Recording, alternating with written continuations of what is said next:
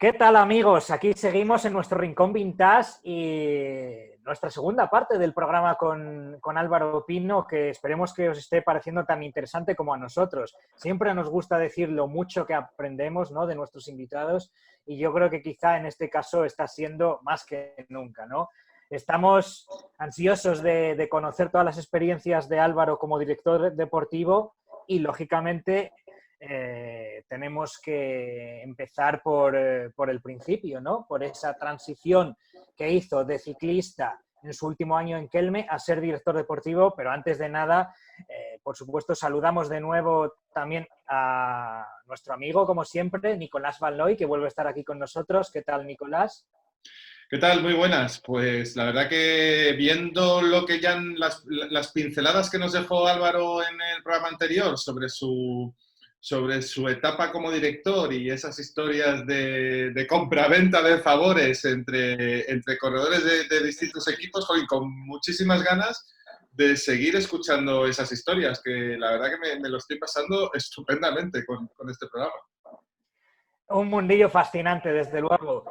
Álvaro Pino, gracias de nuevo por estar con nosotros. De nada, gracias a vosotros, encantado. Bueno, pues vamos a hablar un poquito de cómo fue esa transición, ¿no? Tú competiste tu último año como profesional en 1991 con Kelme y sin prácticamente descanso alguno, a la temporada siguiente ya pasaste a ser director deportivo. Cuéntanos un poquito cómo fue esa transición dentro de la misma estructura y especialmente me gustaría si nos pudieses explicar algo que por lo menos a mí personalmente me interesa mucho. Según mi punto de vista, y yo creo que muchos aficionados lo comportarán, Kelme fue un equipo que siempre se caracterizó por ser un equipo agresivo, atacante, con mucha garra, con también inteligencia a la hora de mover sus peones en carrera. Entonces, ¿realmente consideras que fuiste capaz de transmitir tu personalidad y tu experiencia como corredor en tu faceta de director deportivo en Kelme? Ese era uno de mis objetivos, sin lugar a dudas. Hay que decir que evidentemente que él me venía de esa garra, de esto con Rafa Carrasco de muchos años, ¿no? Que, bueno, pues yo que le sufrí de ciclista como rivales, pues la verdad es que era un equipo que te daba muchísima guerra, atacaban muchísimo, se movían, era un equipo muy, muy batallador, ¿no? Y yo lo tenía claro, es decir, yo quería ser director deportivo, tenía claro ya en mis últimos años de, de corredor y tenía claro también que quería, bueno, pues implantar un poco la impronta de, bueno, pues un equipo, dependiendo también un poco los miembros que tengas, evidentemente, porque, claro, tienes un equipo de primeras figuras y que tengas corredores que puedan marcarse objetivos, como ganar una vuelta, un Giro, un Tour, pues evidentemente el planteamiento ya varía, ya tendría que variar, ¿no? Pero el principio, el equipo que yo cogí de Kelme, era un equipo mayoritariamente de gente joven, con algunos con experiencia, pero bueno, sin un líder definido, ni mucho menos, y después sí que fueron cambiando las cosas, ¿no? Y el paso, bueno, pues que apuntabas tú sin descanso alguno de corredor a director, yo tenía claro que quería un año sabático y se lo dije a Pepe Quiles, ¿no? Entonces yo había tenido una rotura del tendón de Aquiles debido a una tendinitis que tuve, que arrastraba de la Vuelta a España de Giovanetti, además. Bueno, pues para terminar aquella Vuelta a España y para ayudar a Giovanetti, pues, bueno, pues estuvieron infiltrándome en carrera, no sé si recordáis, en esa Vuelta a España, los médicos de carrera, y eso llevó a debilitarme muchísimo el tendón de Aquiles y al año siguiente me rompió. Entonces, ese año corrí poco con Kelme, estuve lesionado en la primera parte, y después yo ya le había hecho saber a Pepe Quiles que yo quería ser director, quería dejar el ciclismo, pero él me estuvo pidiendo en principio que continuara un año más como ciclista, ¿no? Oye, para los jóvenes, que es bueno también que estés un año más y que aunque corras menos que... Pero yo lo tenía claro porque me había dicho el médico que me había operado, el médico de la Selección Española de Fútbol, el doctor Borrás, me había dicho y dije, oye, que tenía que tener en cuenta que si rompía otra vez ese tendón de Aquiles, que iba a quedar con una cojera importante, ¿no? Había quedado bien, pero que tenía que tener en cuenta. Entonces ya lo tenía claro que tenía que dejarlo. Entonces, una vez que le dije que lo dejaba, automáticamente él me dijo, nada, pues quiero que cojas el equipo ya. Dije, oye, pero dame un año, y dice, no, quiero que lo cojas ya y que, oye, que te hagas cargo del equipo. Y al final, bueno, pues tuve una reunión con él, con Rafa Carrasco, con el hermano, con Diego también, y nada, y al final llegamos a un acuerdo y nada, terminar en Montjuïc, la escalada Montjuïc, y al día siguiente meterme delante del ordenador y ponerme a planificar la temporada, todo, porque entonces hay que decir que, claro, que éramos directores deportivos para la táctica, estrategia, manager general para contratar con carreras, hoteles y demás. Es decir, tenías gente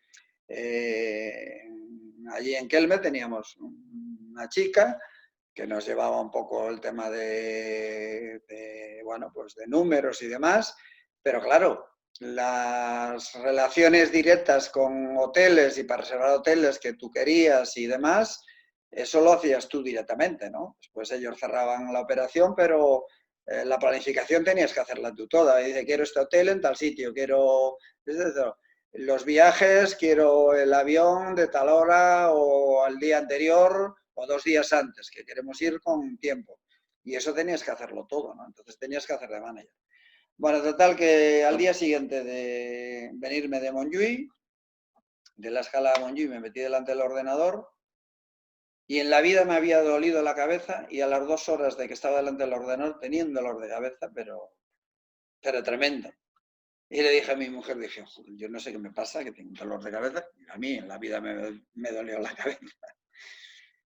Nada, dejé un poco y tal, a la tarde me puse otra vez delante del ordenador allí, haciendo medidas, haciendo calendario, empecé con el calendario, empecé con esto y tal, con la plantilla además, y nada, al día siguiente a las 2 horas otra vez por la mañana, otro dolor de cabeza. Dice mi mujer, nada, a ti lo que te hace falta es el aire de la bicicleta y de la calle. Nada, total, me cambié, fui a dar una vuelta en bici y tal, y tuve que empezar a entrenar para estar delante del ordenador. Por eso después, en algunas charlas y algunas tertulias que tuve y demás, dije, oye, el ciclismo es durísimo. Y dije, joder, el ciclismo es duro físicamente, pero a mí se me hizo muy duro la transición de pasar de bajarme de la bicicleta a estar delante del ordenador y empezar a planificar toda la temporada y toda la pretemporada para arrancar como director. ¿Pero qué dices? Dije, joder, mis primeros dolores de cabeza fueron esos, no y la tensión y todo, evidentemente. Entonces yo digo que, bueno, pues para todos los trabajos tienes que prepararte y el cuerpo humano pues da lo que da y lo puedes estirar muchísimo, físicamente mucho, que nunca sabes dónde está el límite, pero a nivel, bueno, pues de concentración, de estrés y demás, pues necesita una preparación. Y yo estuve durante un mes, pues 2 horas al principio por la mañana, después 3, conseguí estar la segunda semana, creo que eran 3 horas por la tarde, pero no podía estar más, me era imposible estar delante del ordenador. Y necesitaba horas, porque necesitaba, pero era imposible, no podía estar. Tenía que coger la bici, ir a dar una vuelta, y tuve que empezar a entrenar para estar delante del ordenador. O sea que, y sentado en la silla, claro, me imagino. Oye, Álvaro, has nombrado en más de una ocasión a Pepe Quiles. Pepe Quiles, para los que no recuerdan aquella época, no es que fuese solamente el dueño del equipo, sino que era el dueño de la empresa, de Kelme. Sí, sí. Y el forofo número 1 también. Efectivamente. No sé si... Porque hoy en día ya no... Creo que el último, y la verdad que qué pena de que comparar a dos figuras así, pero el último que quizás se podía asemejar un poco en cuanto a dueño de la empresa y dueño del equipo es Tinkoff, sí, que no tienen nada que ver uno con el otro. Sí, no. Pero En aquella época, estoy intentando hacer memoria, igual uno de vosotros dos os acordáis, había también un directivo en Banesto que estaba muy vinculado al equipo, que fue también que en cierta medida convenció a Miguel para... Pero era más habitual, quizás, que el dueño de la empresa patrocinadora se involucrase mucho con el equipo, cosa que hoy apenas, insisto, apenas lo vemos. La diferencia, tú estuviste en Kelme como director del 92, yo creo que hasta el 98, 99, luego Sí, entras en Phonak, que era una cuestión muy distinta. totalmente diferente, sí. Y Andy Rees también era un gran forofo de... Sí, era un gran foro, pero ahí teníamos, bueno, pues otros medios ya que aquello, pues teníamos medios, teníamos dinero, teníamos, bueno, por lo que hiciera falta, mecánicos los que hiciera falta, masajistas los que hiciera falta, etcétera. Sí. Esos años 90 suponen la diferencia también a nivel de gestión de los equipos, como lo que hablábamos en el programa anterior, como lo que supusieron los 80 a nivel de ciclista. Sí, sí, efectivamente. Ya había equipos, yo recuerdo que íbamos a las reuniones de la Asociación de Grupos Deportivos, que entonces había, y teníamos que ir, íbamos los directores, porque éramos que hacíamos lo que te decía al principio, que hacíamos de todo. Y yo recuerdo, claro, que había equipos ya con cierto presupuesto, como era Teca, como era el propio Reynolds, Mínguez, que también seguía ya con un presupuesto importante, y pues estábamos Moreno, Miguel Moreno, nosotros, Mavisa, creo recordar, había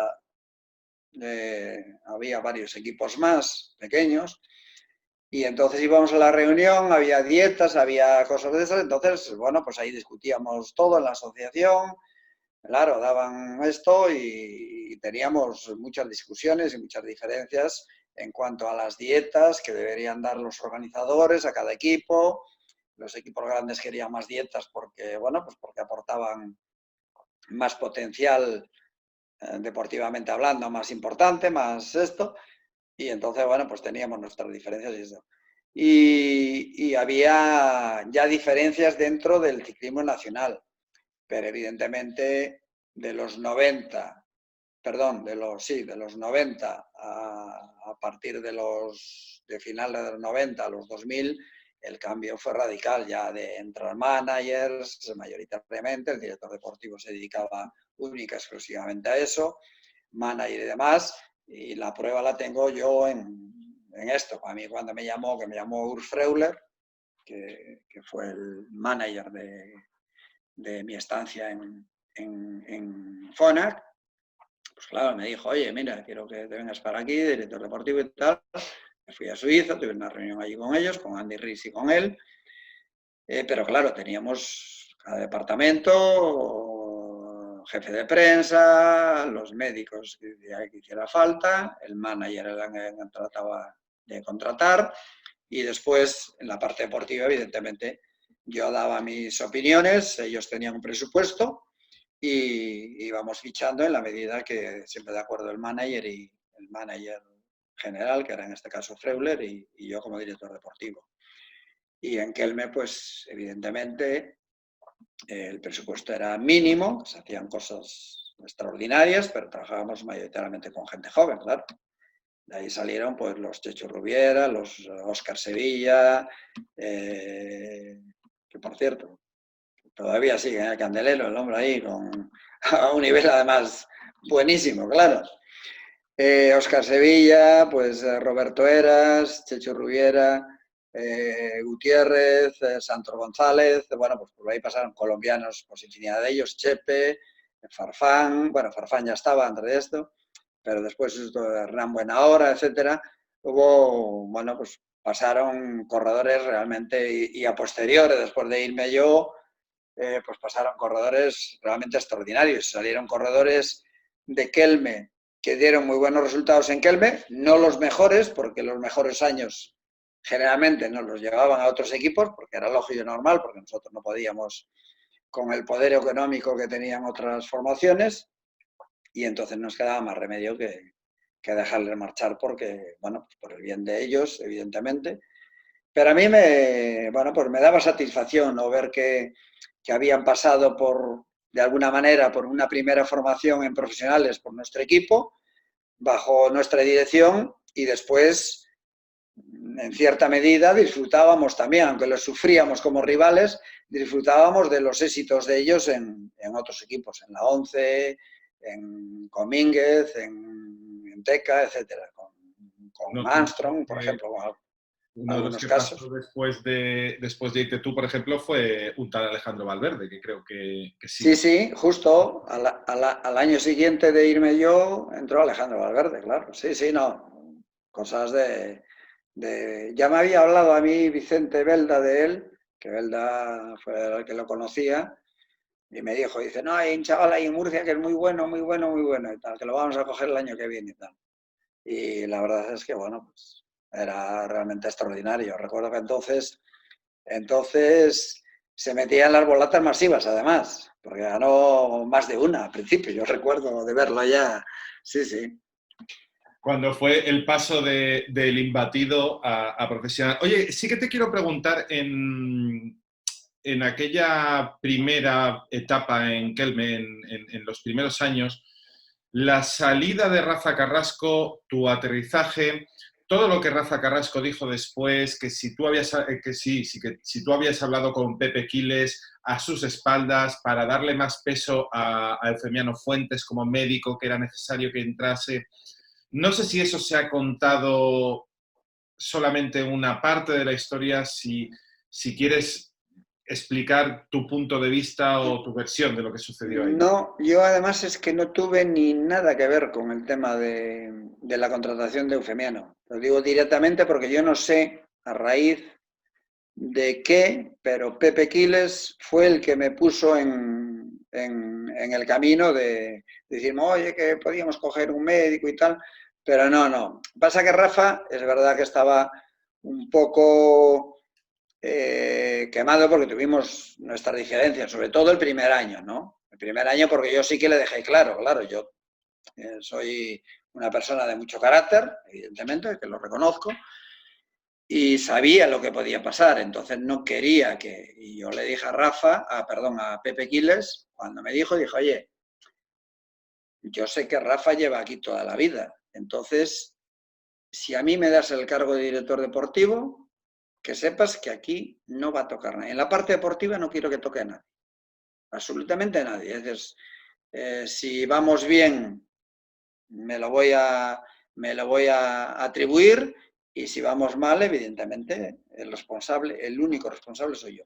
Pero no quiero absolutamente ningún tipo de intromisión, porque yo entiendo, claro, que Rafa lleva aquí muchos años y que yo vengo de nuevo como director deportivo, y estoy seguro que es normal que quiera meter baza, pero es que no le voy a dejar meter. Eso se lo dije a Pepe Quiles y que lo tenía que tener muy claro. ¿Hubiese sido quizá en ese sentido, como decías antes, más inteligente haber tenido un año sabático para no...? Sí, es que yo lo quería, efectivamente, y yo reconozco que al principio estaba con una cierta tensión de estar un poco... Es decir, las ideas de táctica, estrategias, más o menos las tenía, pero claro, había cosas al principio que tú como director deportivo estás perdido, porque yo lo reconozco, es decir, estaba perdido, y de hecho a mí, por ejemplo, Juan Suñol, pues me echó una mano, porque Juan Suñol, yo cuando llegué, me voy a desviar un poco, pero después retomo, cuando llegué a la primera carrera para ir a la primera reunión, lo primero que me dijo Suñol, dijo, no, dame las licencias que te voy yo a la reunión de directores, claro, con el presidente del jurado técnico y eso, que hay previamente, el día anterior. Dije, no, Juan, a la reunión voy yo. Dice, no, bueno, lo que sepas es que voy siempre Rafa nunca va a las reuniones, voy yo. Dije, bueno, ya empezamos por ahí. Dije, no, oye, yo te lo agradezco, pero si quieres acompañarme, vente conmigo, que no hay ningún problema, pero quiero ir yo a la reunión. Total que claro, yo llegué y el primer problema evidentemente llegó en el mes de abril, en el confeccionamiento de la Vuelta a España. Claro, yo hacía las alineaciones, yo tenía mi forma de trabajar, yo pasaba la alineación previa y se la pasé al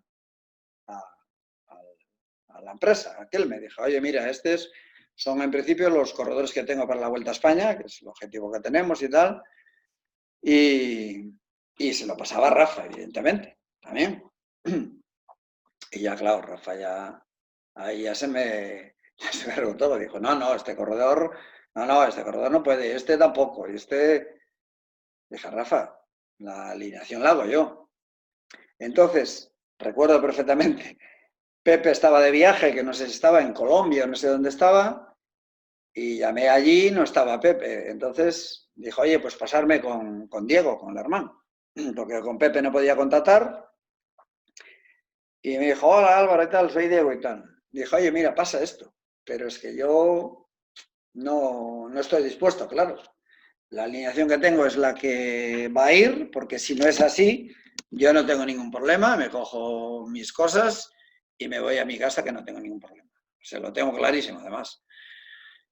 Y entonces dice, no, te dejamos muy claro en la reunión que el director eres tú. ¿Esa es la alineación que tú quieres para la Vuelta a España? Dije, sí, claro. Pues adelante. Ya no está mi hermano, pero ya te doy yo mi ok, no. Te estoy contando tal como pasan las cosas. Entonces, él ahí se sintió un poco, y a partir de ahí, pues bueno, hubo ciertas diferencias. Yo le tengo un aprecio especial, le sigo teniendo, porque considero que aportó muchísimo y esto, pero sí que tuvimos unas diferencias al principio, ¿no? Entonces, a partir de ahí yo no sé, porque es verdad que hubo declaraciones y tal, pero yo tampoco estuve muy pendiente, ¿no? Por lo que me acaba de decir. Pero la contratación concretamente de Eufemiano, cuando tuvimos la contratación de Eufemiano, fue directamente Pepe Quiles, que no sé el por qué. Me dijo, oye, que hay un médico, coño, que está ahí y tal, y que podíamos mirar de cogerlo y tal. Dije, bueno, pues si es un médico bueno, yo no tengo ningún problema, pero yo ni le conocía, evidentemente. Y sí que vino aquel pero porque Pepe efectivamente se empeñó en que viniese aquel. Y yo dije, oye, pues si es buen médico, yo no tengo ningún problema. Y también es verdad que después yo me fui por cosas que tampoco no quería. Es decir, con el manager que estaba después, con Juan Mas, yo lo tenía claro. Dije, oye, mira, yo en el Tour, cuando empezó a haber problemas en el Tour, que había revisiones en los camiones y demás, el último año mío, yo me negué y dije, oye, en el camión van las bicicletas y van esto. Es decir, en el camión no quiero ningún tipo de medicamentos, ninguno. Es decir, los medicamentos tienen que ser cosa del médico. El médico que se haga cargo él, como quiera, pero yo no estoy dispuesto a que ni los mecánicos, ni los masajistas, ni esto, paren al camión y no tengan que dar explicaciones de cosas que ellos no tienen por qué saber, ¿no? Y de ahí vinieron problemas, ya de ahí pues hubo diferencias, hubo esto, y yo le dije que no estaba dispuesto, evidentemente que yo no quería hacerme responsable de ningún tipo de situaciones que pudieran llevar a esto. Entonces, pues ahí al año siguiente pues yo ya no quise saber de nada. Álvaro, en ese sentido, y cambio un poquito, bueno, no cambio de tema, pero sí voy a una cosa muy concreta. Ahora que han pasado ya muchos años, ¿hicisteis bien, o hizo bien el ciclismo español con la decisión de irse del Tour en el 98? Ante la imagen que se daba, ¿no? Hay quien dice que parecía una huida de yo lo tenía claro, yo no me hubiera ido, desde luego. Yo lo tenía claro. Y Pepe Quiles tampoco quería irse. Yo creo que fue una decisión, es decir, el hermano Diego, yo creo que fue determinante ahí, ¿no? Porque yo estaba claro y nosotros estábamos en las puertas de conseguir un podium con Fernando y lo llevábamos, bueno, pues esto. Y yo lo tenía claro, pero claro, ante la presión que había de que si se retiraban los equipos españoles, que esto y tal, recuerdo Diego, que hablé con Diego por teléfono, y me decía Diego Quiles, dice, Álvaro, es que nosotros vendemos zapatillas y vendemos esto. Si se retiran los demás equipos y nosotros quedamos ahí, que nos van a acusar, que nos van a decir que oye, ¿por qué no somos solidarios con los demás equipos? ¿Por qué no esto? Pues al final Dije, bueno, eso ya lo tenéis que ver vosotros, porque yo no, claro, a mí sí que me da pena porque el tener que bajarme en la situación que estamos. Pero ¿quién presionaba, Álvaro? Te lanzo un nombre. ¿Tanto poder tenía José María García para que él me dejase de vender zapatillas? No, es que no te puedo decir, ¿eh? No te lo puedo decir porque no lo sé. Yo sé que Diego fue el que, porque Pepe estaba conmigo, dice, no, yo no me bajo tampoco, yo no me bajaría. Y dije, yo por mí no, Pepe, estamos en una situación que es una situación de privilegio para nosotros. Y los demás equipos, claro, eso yo lo veía de manera diferente que los demás equipos porque no estaban en la posición nuestra. Ni Banesto, creo que era Banesto, ¿no? O, sí, me parece que era Banesto aquella, ¿no? Ni Banesto, ni la 11, ni qué más equipos había. Y había otro más, ¿no? Creo. Estaba Banesto, estaba La 11, Vitalicio con De Vitalicio. Y claro, los que estábamos en posición de hacer cosas y que estábamos haciendo un tour extraordinario éramos nosotros, claro. Los demás, pues, dijo, no, venga, pues nos vamos y ya está. Y yo no estaba dispuesto a irme, claro, pero donde hay patrón no manda marinero. Y aquello yo recuerdo que fue, yo no sé si José María, yo recuerdo que después había habido, porque en la noche anterior yo recuerdo que entré en algún programa de estos que había por la noche, no sé si en el de la SER o en el de, no sé si era Antena 3 Radio o lo que era, bueno, alguno de estos, y sí que efectivamente ahí a mí se me presionó personalmente, claro, sí que me dijo, oye, pero claro, si se bajan los demás equipos, dijo, hombre, pero los demás equipos, si se bajan, eso no es un problema mío, es decir, cada uno tendrá que ver sus circunstancias y su situación, ¿no? Entonces yo no quería bajarme, pero efectivamente ahí al final, no, ya Diego dijo que no, dijo, no, tenemos que bajarnos y entonces, claro, Pepe, que que es un poco más joven que Diego, dijo, oye, mi hermano dice que tenemos que bajarnos porque esto nos va a repercutir después para el tema de ventas y demás. Dije, bueno, yo ante eso ya no puedo hacer nada. Y tuvimos que venir.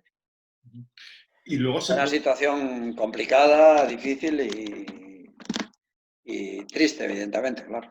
Y tanto, y tanto. Oye, luego se produce tu salida de Kelme hacia Zona, aquí has dejado antes una pincelada. ¿Se repitió un poco, invertidas las tornas, lo que sucedió entre Rafa Carrasco y tú?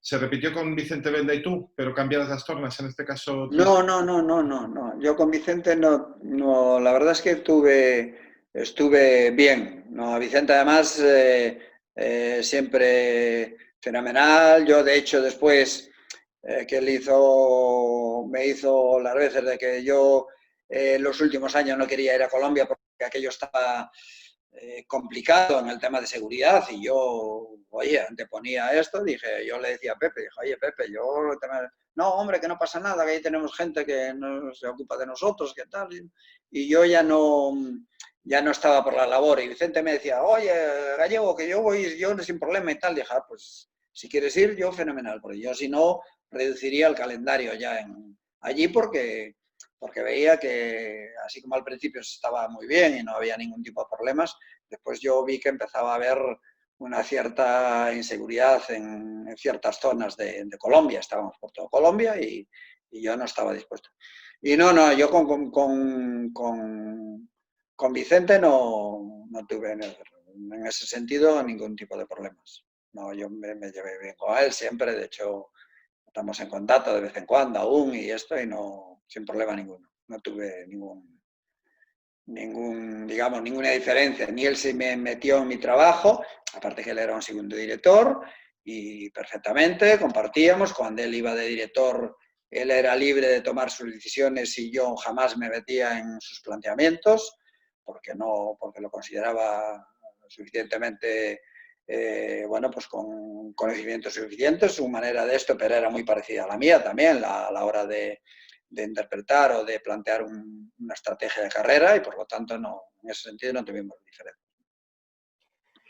Oye, ahora has estado hablando un poquito de estos dos últimos años en Kelme, 98 y 99, y describiendo, bueno, pues situaciones, experiencias no tan agradables que terminaron siendo un poco la gota que colma el vaso que al final te acabó llevando fuera del equipo, ¿no? pero llegaron a, digamos, estropear lo que es tu recuerdo y tu experiencia con Kelme, o en general esa primera experiencia, esos años como director en el equipo en el que fue tu último equipo como ciclista, vistos desde ahora, ¿lo pondrías que es un balance bueno o es malo? No, no, yo tengo un balance bueno y sobre todo por la cantidad de gente que le dimos, en este caso Kelme como firma comercial, que yo creo que hizo muchísimo, muchísimo por el ciclismo, que estuvo 20 y pico años, creo recordar, y la gente que salió de ahí, es decir, la gente con talento muy buena, que tuvieron su primera oportunidad, que yo estoy tremendamente satisfecho, sobre todo creo, como llevé como director deportivo, a parte de los corredores que después fueron importantes en el pelotón internacional, llámese Checho Rubiera, Roberto Heras, el propio Óscar Sevilla, que dije antes, en fin, muchos corredores, Santiago Botero, que empezó conmigo también, que después triunfaron en otros equipos. Y yo tuve, yo creo que la firmeza y la serenidad de no precipitarme en querer sacar rendimientos antes de tiempo. Es decir, les hice debutar a casi todos para que tuviesen menos presión, y tenía menos presión el equipo, mucho menos también, en el Giro antes que en la Vuelta a España, porque la Vuelta a España suponía, pues al estar aquí en casa, pues evidentemente mayor exigencia para mí como director, para el equipo y para los propios corredores. Entonces íbamos al Giro de Italia y yo recuerdo que debutó allí Óscar Sevilla, que debutó Roberto Heras, yo creo que debutó Santiago Botero también, Guti también, Gutiérrez, alguno más seguramente. Y bueno, pues yo con esa parte es con la que me quedo realmente. Es verdad que la parte final y esa parte pues fue un poco desagradable, pero yo me quedo con... Es verdad que también soy positivo, generalmente en la vida, y me quedo con los... siempre trato de eliminar, no de olvidar, pero de eliminar y apartar las cosas que no fueron tan buenas, y quedarme realmente con las buenas y con las positivas, que yo creo que fueron muchas, ¿no? Y yo tengo pues, grandísimos recuerdos de los corredores. Ellos a lo mejor no tanto de mí, porque repito que me es exigente, pero yo tengo grandes recuerdos por ejemplo, de Angeledo, que fue un corredor extraordinario, es decir, con y que hizo cosas importantísimas con nosotros, hacía parte del corredor, ayudaba muchísimo al director en la carrera. Checho Rubiera en el pelotón era un corredor que ayudaba muchísimo al director también. En fin, Roberto Heras, que con sus errores aprendió después muchísimo. Yo recuerdo en Giro de Italia el día de descanso que estaba cuarto o quinto en la general. El día de descanso le dije, oye, hay que ir a subir un puerto, porque al día siguiente era una etapa terrorífica, dura y tremenda, y a los 20 kilómetros subía un puerto ya con unos de niveles de un 16 y un 18%. Dije, oye, Roberto, porque claro, gente joven y tal, me decía, no, el día de descanso. Robert, te lo digo por experiencia como corredor, hay que salir a entrenar, hay que subir un puerto por lo menos, hay que sudar, y mira lo que hay que hacer. No, que yo me conozco, ¿qué tal? Robert, mira lo que vas a hacer. Bueno, pues se fueron todos, él se salió allí a la esquina, que no quería, y no pude hacer más para obligarle, porque tampoco era cuestión de obligarle. Se sentó en una cafetería, tomando una Coca-Cola y tranquilito tal. Al día siguiente, en el primer puerto, el mejor escalador que había en aquel Giro, pues el asturiano que tenía, ¿cómo se llamaba? ¿Hubiera? No, el otro asturiano que tuve, que subió muy bien también, cuando estaba bien, hombre. ¿Cómo se llama este? Era muy buen tío él, ¿cómo se llamaba? Bueno, te diré después. Esperando allí, si buscas la alineación de ese año, ahí te aparece. Esperando por él, pues desde el primer puerto. Se pegó una paliza de llevarle todo el día, por dejar más gente por delante, pero claro, y salvamos y al final terminó, creo que terminó cuarto o quinto. No le volví a decir nada más. En Milán, cuando terminamos, le dije, bueno, no te voy a decir nada.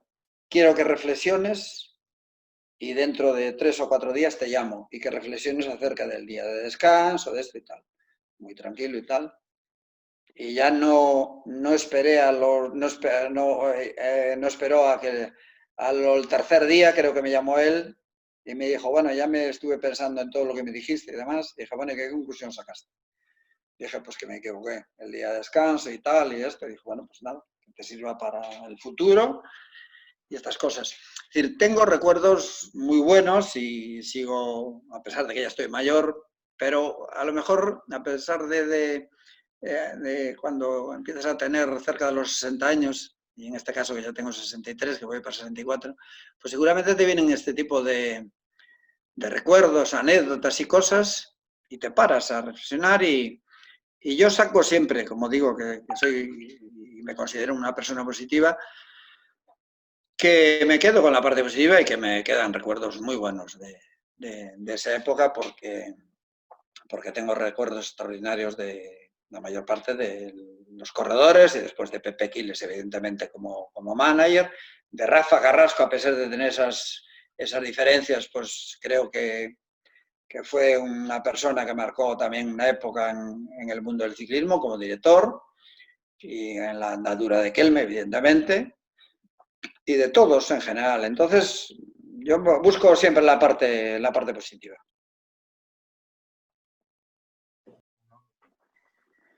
Pues hablando también de buenos recuerdos, evidentemente el ciclismo español en los 90 tuvo quizá una época pues bastante buena, por lo menos comparado con lo que vino en años posteriores en cuanto a número de equipos y a número de carreras, ¿no? Muchas carreras han desaparecido, demasiados equipos han desaparecido, pero vosotros erais conscientes entonces de que se estaba en una buena situación o como no sabíais lo que estaba por llegar tampoco teníais esa impresión? No, yo creo que efectivamente estábamos convencidos de que estábamos en una buena situación, porque bueno, pues porque como bien apuntas había equipos, bueno, pues había un buen número de corredores profesionales en el pelotón y esto evidentemente, bueno, había sponsors y bueno, pues se daba que la situación era muy buena, ¿no? O buena.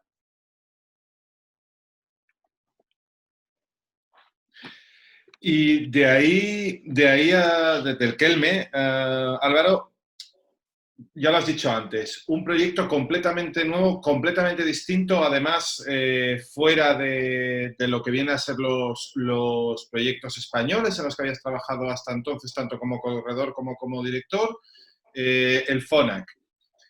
Ahí, jolín, pasaron un montón de cosas y yo creo que quizás algunas de las más positivas fueron los corredores que ya había pasado en Kelme, los has nombrado antes a muchos, que fueron pasando contigo y ibas descubriendo, pero una figura destaca sobre todos, ¿no?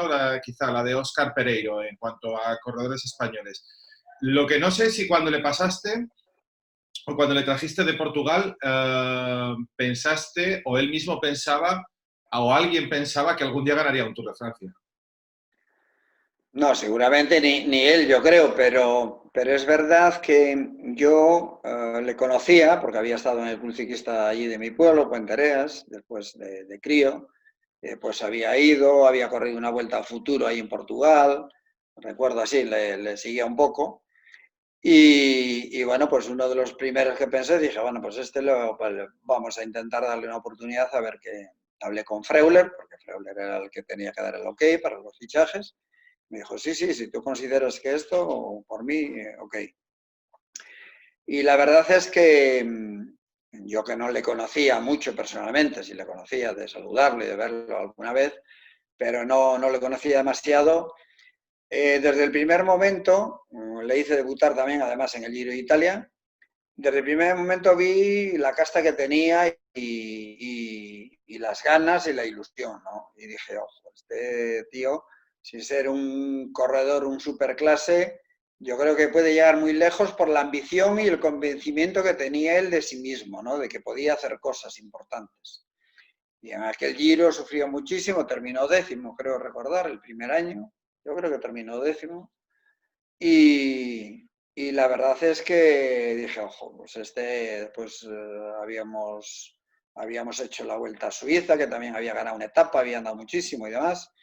Y yo recuerdo el año que ganó el Tour, que ya no estaba yo en el equipo, recuerdo comentando en la radio, Mínguez estaba de comentarista también, dije, bueno, nada, pero este también, dije yo, cuando tenga la presa, va a ser muy difícil que la suelte, porque es un corredor que no es un superclase, pero cuando tiene algo al alcance de la mano, es muy difícil de que lo deje escapar.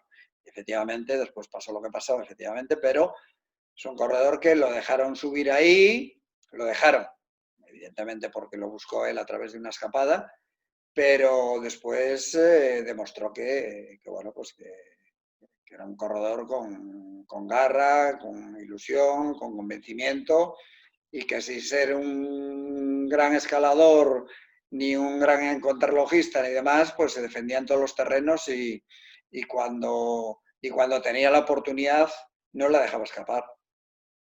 Sin ser exactamente el mismo tipo de corredor que tú eras, por esa personalidad o ese carácter que describes de él, ¿es alguien que te recordaba en cierta manera a ti cuando tú eras ciclista? Sí, sí, en ese sentido sí,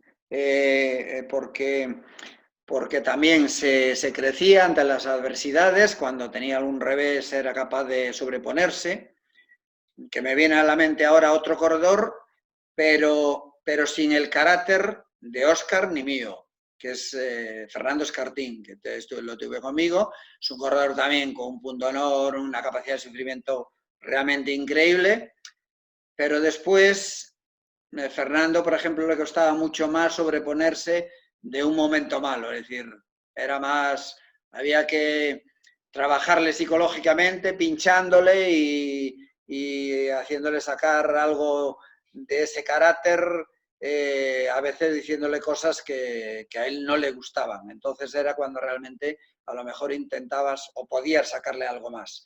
Pero a Óscar no, a Óscar en eso yo creo que se parecía muchísimo a mí, muchísimo. Álvaro, yo soy de la opinión personal que cuando se habla de los trapos sucios de aquellos años, lo que ha venido a llamarse los años negros del ciclismo, en los que estuvo básicamente activo Phonak, hay que hacerlo sin la necesidad de buscar culpables, pero también sin la necesidad de callar o de omitir las cosas como fueron, ¿no? Vosotros en Phonak, que los mejores resultados en grandes vueltas os llegan con Santi Pérez en 2004 en la Vuelta y con el Búfalo en 2006 en el Giro. En los dos bueno, fueron segundos en la general final. También tuvisteis ahí a Floyd Landis, que luego fue protagonista de su propia... Yo con Landis ya no estuve. Ah, vale, vale. Pero bueno, estuvo No, equipo. sí, Landis fue cuando yo me fui, que yo me fui evidentemente también por presiones de la UCI con Andy Riz, evidentemente, también, tal, que hay que cambiar el director, porque eso y metieron a uno que venía de la mano de la UCI, a John Gelang, y después el positivo de Floyd Landis. Es decir, sí, precisamente te iba a preguntar por eso, ¿no? Por eso te decía que no se trata ni de buscar culpables, pero yo creo que tampoco de obviar aquello como ha intentado, creo que sin éxito, el Tour, de que esos Tours de Armstrong nunca existieron, ¿no? No sé si puedes explicarnos de la manera más abierta posible cómo fueron esos años, porque tú lo has dicho, todo acaba con que la UCI acaba personalizando en X, en este caso en ti, hablamos de ti, no voy a hablar ahora de las historias de y de mí y de mucha gente que crucificó, es decir, evidentemente, la UCI, después en algún momento pues, podía ser el Tour también, dependiendo de esto, y evidentemente pues todos tienen que y todos fuimos culpables, evidentemente, de esa parte, porque todos tenemos nuestra parte de culpa, sin lugar a dudas. ¿Qué pasa? Pues que yo creo que, por ejemplo, en el mundo del ciclismo, por ejemplo, en el año que estuve yo en FONA, nosotros teníamos 18 nacionalidades diferentes, sin evidentemente cada uno entrenando en su país o en su zona donde entrenaban, llamándoles pues, para las convocatorias o previas había algún tipo de concentración o directamente para la carrera puntual, ¿no? Y esta era muy difícil de tener un control, muy difícil, porque después, llegado un momento, se quiso tener un control, pero el control lo habíamos perdido. Es decir, lo habíamos perdido los managers, los directores, el propio sponsor, y los dueños del tema eran los propios corredores. Es decir, que habían entrado en un bucle que no querían dejarlo. Es decir, no querían dejarlo porque evidentemente era muy bueno, pues era, digamos, suculento a la hora de firmar contratos y demás, si los resultados eran buenos. Entonces, en eso, pues, aunque se quiso rectificar, llegado un momento no había manera de hacerlo.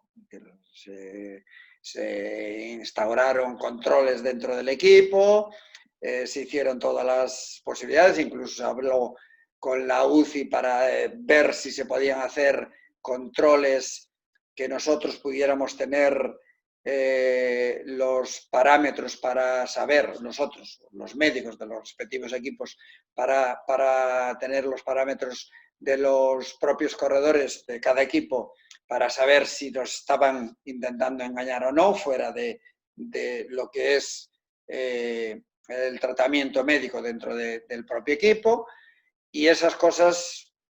Déjame preguntarte aquí una cosa, por dejar las cosas muy claras, para que nadie pueda interpretar cosas que tú no has dicho.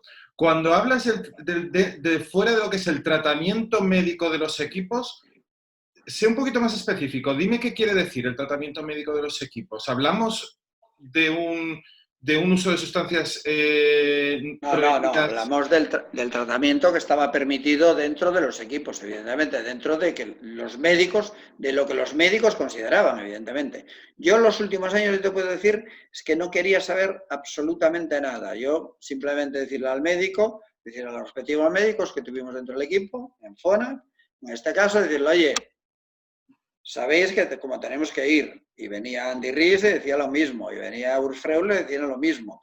Es decir, el médico dice, no te os preocupéis, teníamos un médico alemán y teníamos un médico alemán, teníamos un médico suizo, hay un italiano, y teníamos tres médicos, porque bueno, teníamos mucho calendario, y a veces no os preocupéis, que no hay problema ninguno, etcétera. Pero bueno, total, que nosotros el primer positivo, yo recuerdo, tuvimos con Oscar Kamenzind, que había sido campeón del mundo. Fue el primer positivo que tuvimos en FONA. Y fue en el Mundial, además, creo, ¿no? Donde dio positivo, es que no recuerdo ahora. No sé si fue en el Campeonato del Mundo con Suiza, pero era corredor de FONA. Y bueno, pues Kamenzind tuvo la valentía y la profesionalidad de dar una rueda de prensa y decir, señores, esto es equivocación mía, aparte que no se lo pidió ni el equipo ni nadie, ¿eh? Esto es una equivocación mía al final de mi carrera deportiva, me equivoqué, quiero dejar fuera de esto a la FONA, a los médicos de FONA, al equipo, al manager y a todo el mundo. Y fue el único corredor que tuve yo que fue claro a la hora de asumir su responsabilidad. Se apartó, se fue a su casa y esto. Y ese fue el primer problema que tuvimos en FONA. Cuando digo de las medicaciones dentro del equipo, se entiende que las medicaciones evidentemente que tienen que ser las que están permitidas, es decir, el tema de recuperantes, de las ayudas que podían tener dentro de la legalidad Y eso era lo que se debería hacer, evidentemente. Y de hecho, los positivos que se dieron, la mayoría, en la mayoría de los equipos fueron pues por positivos, entre comillas, que tampoco se llaman positivos, pues por temas de EPO, por temas de... La mayoría de esto fueron por... En ese mismo sentido, si existía el entendimiento, ¿no?, de todo el mundo entendía que en aquella época, si no se recurría a sustancias dopantes, no se podía competir en igualdad de condiciones con los que estaban ganando. Pero... Bueno, eso también lo decían los corredores cuando le pillaban. Esas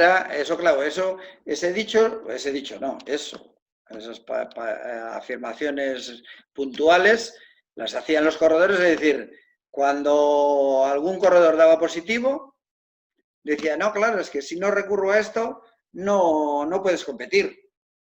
Pero yo creo que tampoco yo no estoy convencido de que había muchísimos corredores que rendían y que no iban fuera de la legalidad. Estoy convencidísimo, además. Vale, te iba a preguntar... Al igual que en cualquier otro deporte, evidentemente. Y yo no creo que fuera ni el 50% ni el 40% fuera de la legalidad. Eso es lo que pienso yo. Te iba a preguntar precisamente eso y lo has respondido perfectamente. Oye, y ya la última sobre este tema, porque sinceramente a mí me aburre. Una pregunta muy concreta. Los tours borrados, esos tours que no existen, desde tu punto de vista, te voy a dar el mío. Si el primero da positivo y el segundo no lo da y nos creemos que iba limpio, hay que darle el tour al segundo. Si el primero da positivo y damos por hecho que todos iban igual, hay que mantener el resultado como mucho con un asterisco diciendo estos fueron los años de la barra libre, porque es el mejor dentro de una barra libre que existiese. ¿Crees que la solución es borrarlo o no? ¿Te acercas más a mi teoría? No, yo me acerco mucho más a la teoría tuya. Yo nunca estuve de acuerdo. A mí nunca me hicieron esa pregunta, la verdad. Pero yo lo tengo claro. Es decir, soy de tu teoría. Es decir, si realmente el primero da positivo, es decir, se entiende que los métodos son legales y el segundo y el tercero no da, o el cuarto da, o el quinto da,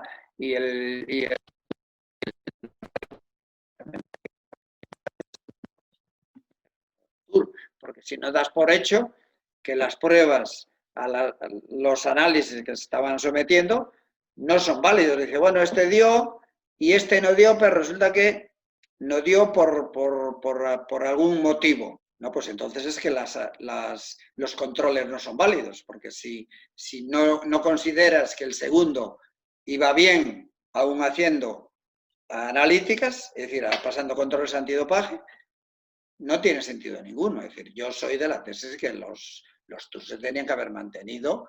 Es decir, si da uno positivo, si da el primer positivo, pues eliminado. Es decir, se tiene que ir a casa, pero eso pasó siempre y seguirá. Hay muchos menos, pero sigue habiendo positivos y cuando hay un positivo se retira y ese resultado no vale para ese corredor. Y ese lugar que ocupó ese corredor, el siguiente en la lista lo ocupa él. Y eso debería haber sido así siempre. Es decir, eso de borrar los tours a mí me parece una cosa fuera de lugar totalmente. A mí personalmente, ¿eh? Bueno, si os vale también yo decir que también creo que estoy de acuerdo con eso, ¿no? Porque quiero decir, la Unión Ciclista Internacional haciendo esto está, digamos que tumbando su propio sistema porque invalida los controles, fiabilidad de sus propios controles, claro, efectivamente. Claro. Así es. Sí, como, bueno, ahora sí que...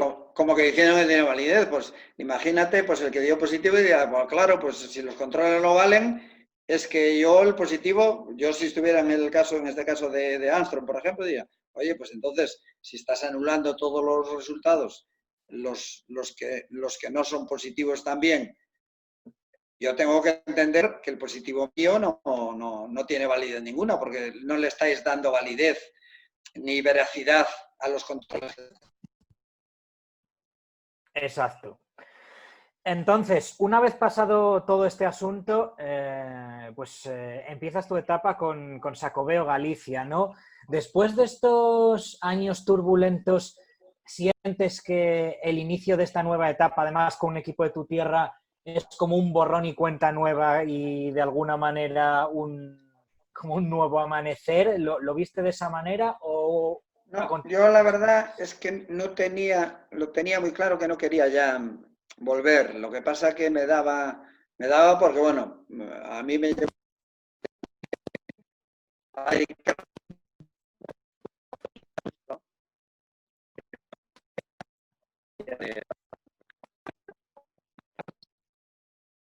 y yo no tenía ni idea, claro.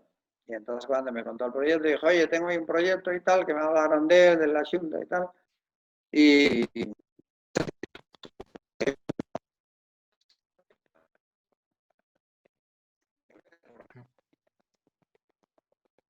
el proyecto gallego, pero sin más.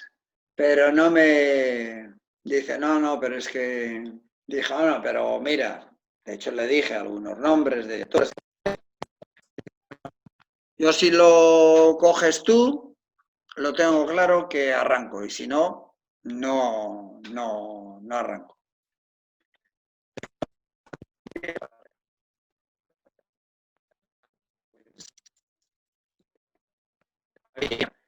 Había gente en Galicia y la oportunidad que se le podía dar y tal a los chavales, dije, bueno, pues venga, vamos para adelante. Y al final me embarqué en principio, pues lo cogí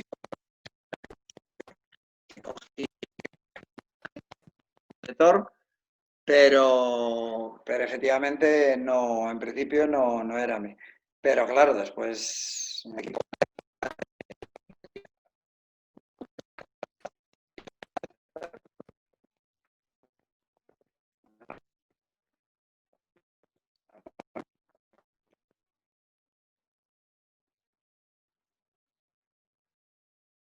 No sé si es cosa mía, pero me está fallando un poquito el sonido a la hora de recibir las contestaciones de Álvaro. Oye, Álvaro, solamente yo solo quería hacerte una pregunta más. ¿Lo echas de menos? Ahora estarías en el ciclismo actual. ¿Te gustaría estar? ¿Te gustaría estar en algún equipo?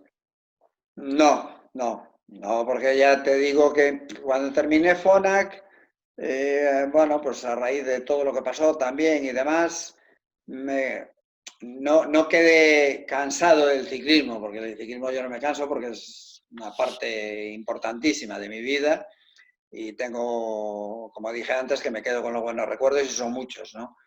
Pero ahora no, primero porque, bueno, pues porque creo que ya estoy en edad.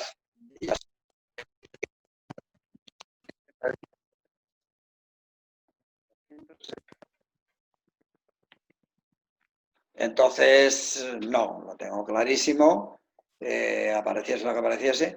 Y la verdad es que no lo echo de menos porque, bueno, pues el tema de, aunque sea de comentar sobre el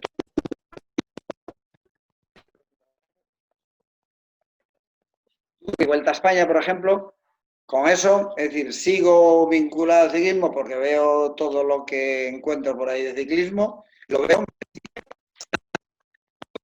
en invierno porque es que me apasiona el ciclocross y veo muchísimo ciclocross. Y Eres de los nuestros. Nico y yo somos apasionados del yo es ciclo. que me encanta el ciclocross y corrí incluso con alguna bronca de Minga, joder, a ver si te vas a lesionar. Minga también, bueno, me dejaba y eso, pero algunas carreras que corrí cuando estaba con Minga en invierno, pues que me encantaba y me encantaban las de barro realmente, las auténticas, porque ahora ya son obstáculos más superpuestos que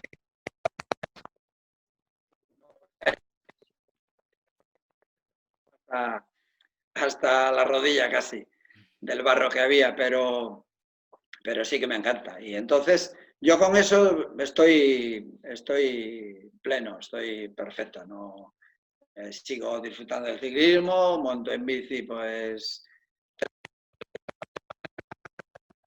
generalmente solo, después voy a algún compromiso, me encuentro por ahí pues con Marino, con Indurain, a veces con alguna más, con gente por ahí, echamos unas risas y ya. La verdad es que estoy... No, ahora ya he desubicado también, ya. Tendrías que meterte de nuevo y aunque sigo mucho y sigo pues van llegando al ciclismo, pero ya no. Lo tengo clarísimo ya.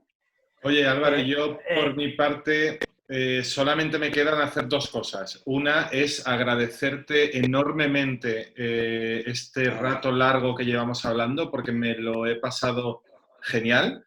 Y solamente me queda por hacerte una última pregunta y luego ya dejo que Saúl te haga todas las que necesite no, y no, te yo también despides. tengo solo una.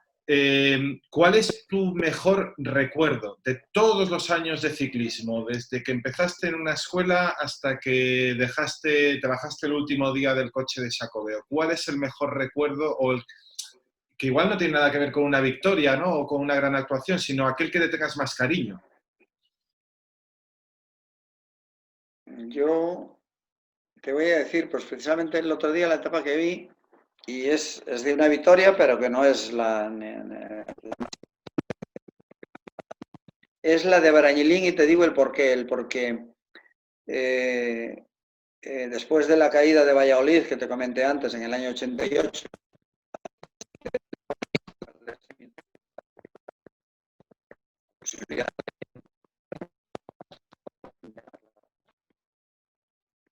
Pues Saúl, es que es una pena, Álvaro, porque se está cortando el sonido y hemos entendido la etapa, pero cuando has dicho, y te explico por qué, hemos dejado de oírte y creo que eso es lo que más le va a interesar a la gente. a ver, no, te digo que no es el triunfo más, no sé si se escucha ahora bien, Sí, ahora sí. Sí. el triunfo más, no es el triunfo más importante, y te digo el por qué me hizo mucha ilusión esa etapa, ¿no? Porque eh, y, y perder prácticamente toda opción de poder repetir triunfo en la clasificación.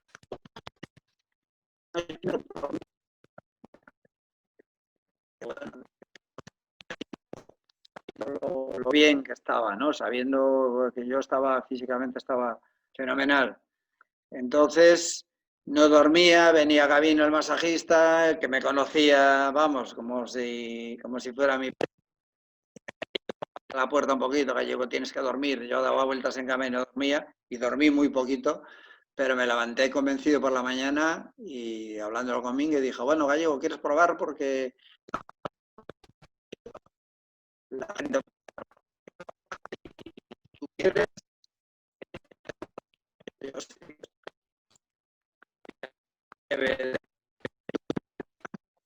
y la verdad es que ese para mí fue uno de los recuerdos más importantes que tengo en mi carrera, de rehacerme después de un golpe, ¿no?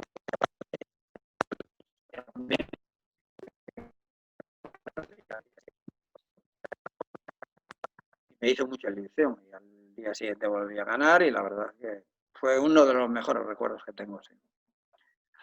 Bueno, yo creo que de alguna manera también ejemplariza esa faceta tuya de ciclista con garra, luchador, que no se viene abajo ante las adversidades. Tuviste tu momento malo en aquella carrera, pero después pues lo conseguiste compensar, ¿no? Quizá es ese el hecho que hace que sea un tan buen recuerdo para ti, ¿no? El que también ejemplifica mucho, yo creo, tu personalidad como ciclista. Sí, seguramente, porque después, hombre, todos los recuerdos que tengo, importantísimos, evidentemente, fue el recibimiento que fue, y vi un vídeo hace poco, que no sé quién en la televisión gallega, me parece que fue, no sé dónde fue, la llegada a Puente Areas al día siguiente a mi pueblo, que aquello era pues, realmente tremenda. Además tuve la oportunidad de verlo desde arriba del helicóptero, el gentío que había, los atascos de...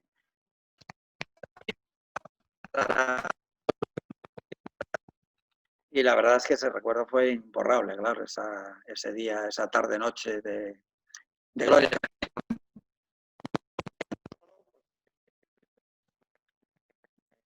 anécdotas y de encontrarme con gente que venía gente de más de 100 kilómetros, de Lugo, de Orense, de Coruña, que habían venido para venir a mi pueblo a verme o a ver el recibimiento, ¿no? Y eso fue uno de los recuerdos extraordinarios. Bueno, Álvaro, pues yo creo que solo nos queda decirte muchísimas gracias por haber compartido con nosotros toda esta inmensidad de experiencias y de sabiduría, ¿no?, que has ido acumulando a lo largo de todos tus años en este deporte.